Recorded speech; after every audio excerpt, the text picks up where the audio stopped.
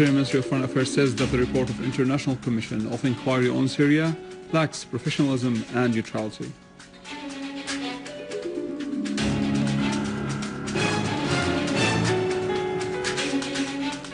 Australia admits that up to 100 Australians are fighting in Syria along with terrorist groups.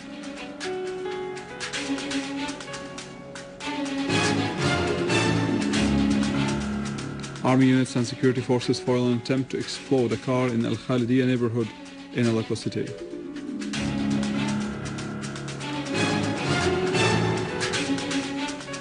And Iran reiterates rejection of foreign interference in Syria's internal affairs and stresses peaceful solution for the crisis in Syria.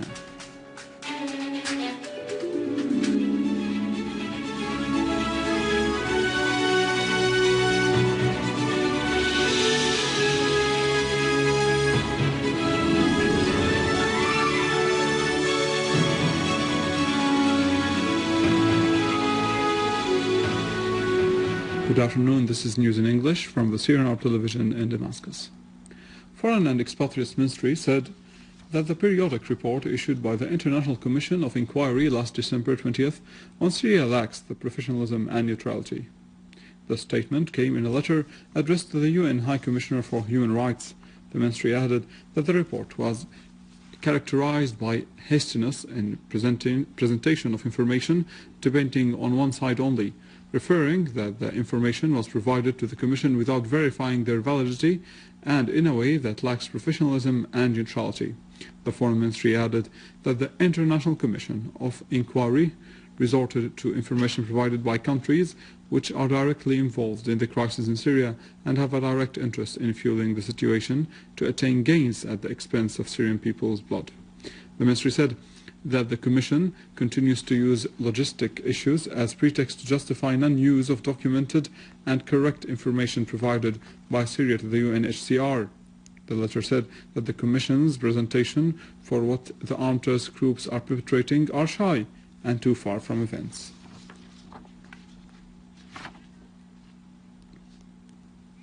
The UN High Commissioner for Human Rights, UNHCR, has been insisting on issuing politicized reports about the situation in Syria that lack accuracy, objectivity, and neutrality. These reports do not reflect the reality of the events and are biased towards the killers of the Syrian people and the external forces supporting them. The recent UNHCR report was based on impartial media sources and ignored all the letters sent by the Syrian government, which were full of documents that clearly exposed the terrorist acts carried out by the armed terrorist groups against the Syrian people and their public and private properties. The report turned a blind eye to the main factor of the Syrian people's suffering, represented by the states that have been working to aggravate the crisis through funding, arming, training, and smuggling Takfiri terrorists from Al-Qaeda organization to kill the Syrians. The Commission touched upon a lot of issues, misinformation, incorrect legal arguments which lay outside its powers, including its claims about using cluster bombs, the allegation which is completely unacceptable and is so for the mandate given by the Commission to itself regarding the investigation in international humanitarian law, while it avoided dealing with several important issues related directly to the human rights. There are many important issues related to human rights which the Commission didn't address, such as the internationally dangerous incident of destroying and stealing Aleppo's factories and smuggling their contents to neighboring countries to destroy the national industry, which was thriving before the crisis. This act, in its simplest legal manifestation, is considered a breach of the right to development.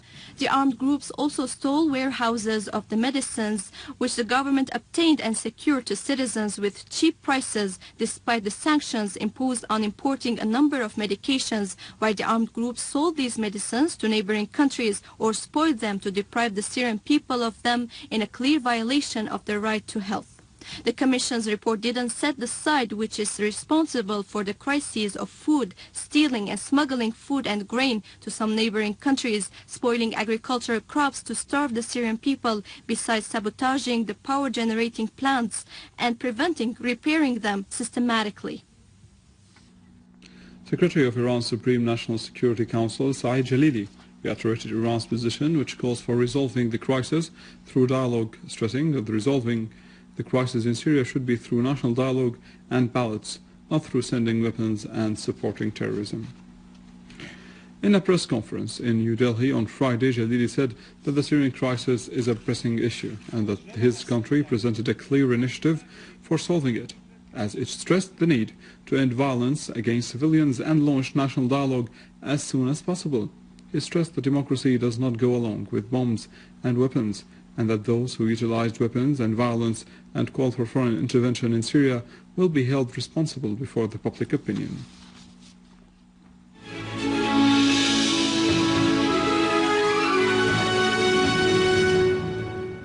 Al-Shamas neighborhood in Homs city is one of the neighborhoods that has rejected terrorism with the efforts of its occupants though the neighborhood lacks basic services due to the increasing number of inhabitants. The people of the neighborhood have a problem in the electricity. As you see, the cables have been damaged. And we also have a lack in heating fuel, cooking gas, and bread. For 2 months, we have been calling on the people in charge to give us a generator. Our problem is we don't have a generator. We know that there is a lack in electricity, but all we need is a generator. The population here was 2,000. Now it is about 5,000. And the generator here can't carry all of this. And every half an hour, there is a blackout. The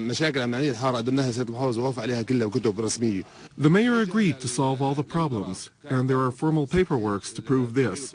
He also gave directives to the local hospital and the bakeries, and the bakeries now are making more bread. We have all the goods that we need, but there is a power problem. There is something wrong with the transformer. But other than that, everything is good and all is safe. In Aleppo, the competent authorities have foiled a scheme by the terrorists to carry out a car bomb attack. The car that was parked in front of Aisha Mosque in the Khali area was booby-trapped with 4 explosive devices, each weighing 6 to 7 kilograms. A Syrian army unit destroyed terrorist gatherings and hideouts in the towns of Mirata in Aleppo countryside, killing and wounding all of the terrorists and destroying their weapons. The army unit seized a base for launching locally made missiles and a number of machine guns. In Aleppo's countryside, the armed forces have targeted dens and gatherings of terrorists with all their weapons and ammunitions, killing or wounding all of them who were vandalizing and looting along the road of Al-Musalmiya, Sheikh Faris, Hritan, Sheikh Said in Aleppo countryside. In Aleppo city, units of the armed forces continued to pursue the terrorists, inflicting heavy losses upon them in Karm al-Katraji, Daharat Abu Rabo, in Al-Liramoun, Al-Inzarat neighborhood, Al-Kallasa area, Bustan al-Qasr, and Bani Zayd. It is to be noted that armed terrorist groups stormed Ibn Khaldun hospital in Adwerna in Aleppo countryside and attacked the patients and the medical staff and vandalized the hospital's equipment and furniture. New evidence has been disclosed confirming the involvement of regional and international parties in exporting terrorism to Syria. More details in the following. Australia has admitted that more than 100 Australians are fighting alongside the armed terrorist groups in Syria. The Australian Foreign Ministry spokesperson Bob Carr said that the government was aware of the reports that more than 100 Australians had joined the fighting in Syria since the year 2011, but had no evidence of any citizens currently involved. Carr warned that the Australians who take part in the fighting in Syria face up to 20 years in jail, reminding of the Crime Act of 1978, which states that a person shall not enter into a foreign state with the intent to engage in a hostile activity. He added that any Australian who recruits someone to fight overseas faces 7 years imprisonment. The Australian Foreign Ministry announced in a statement on January the 2nd that it was looking into an incident in which an Australian citizen who was killed while fighting in Syria alongside the terrorist groups there. The Western officials and the media have admitted that thousands of foreign Salafites and Takfiris who streamed into Syria to join the armed groups terrorists in fighting, the majority of which are infiltrating through the Turkish borders. Meanwhile, the Lebanese Al-Akhbar Daily also unveiled that Khalid Mahmoud, the leader of the so-called Fatah al-Islam, who was in a Rumiyah prison, is responsible for exporting terrorists to Syria. In a new televised speech, al-Mahmoud announced the foundation of the Jund al-Sham organization in Syria, similar to the organization that is existing in Lebanon. The Daily referred that one of al-Mahmoud's close allies, called Yahya, is responsible for recruiting and sending terrorist groups from Tripoli to Syria. And with this, we end our news for today. Thank you for watching. For more information about Syria and the region, and to view this bulletin, again, you can always visit our website in English, www.syriaonline.sy.